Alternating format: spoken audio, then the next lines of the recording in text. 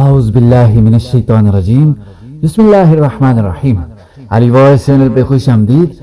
آج ہم آپ کو بتائیں گے کہ خواب میں پتے دیکھنے کی تعبیر کیا ہے۔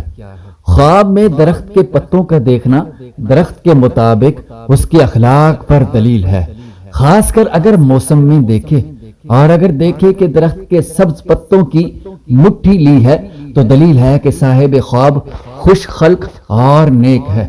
حضرت ابراہیم قربانی رحمت اللہ علیہ فرماتے ہیں کہ اگر کوئی شخص خواب میں دیکھے کہ درخت کے تازے پتے توڑے ہیں تو دلیل ہے کہ اسی قدر اس کو مال ملے گا۔